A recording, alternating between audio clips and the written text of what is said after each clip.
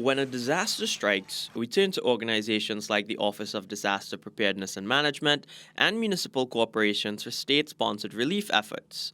But before a storm or earthquake strikes, there is work going on behind the scenes of government and international organizations to prevent these natural hazards from becoming disasters. Chief among them, the UNDRR, or the United Nations Office for Disaster Risk Reduction. In an exclusive interview with Guardian Media, the head of the organization explained their role. Our mandate is to support member states and all stakeholders so that they prevent better from disaster risk and become resilient. The mandate comes from a global agreement, which is called the Sendai Framework for Disaster Risk Reduction, which was adopted unanimously by member states in 2015. The most important part of it says we have to stop creating new risks and we need to reduce existing risks and build resilience. Now, this is not easy because prevention is not the natural thing for people, nor for governments.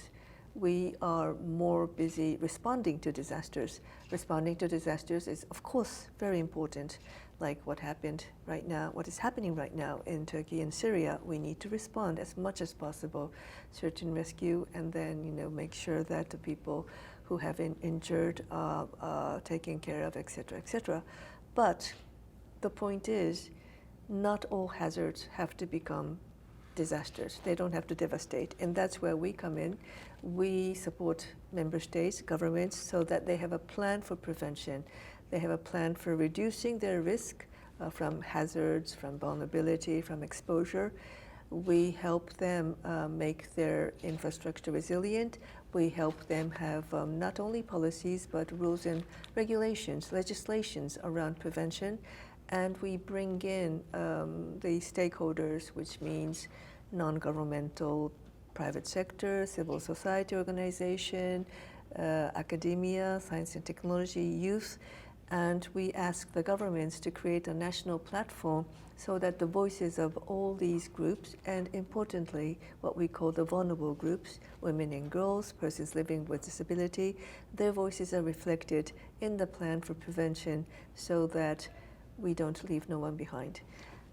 Chiefly, the UNDRR is spearheading an effort to have every person on the planet under an early warning system by 2027, a call from the United Nations Secretary General.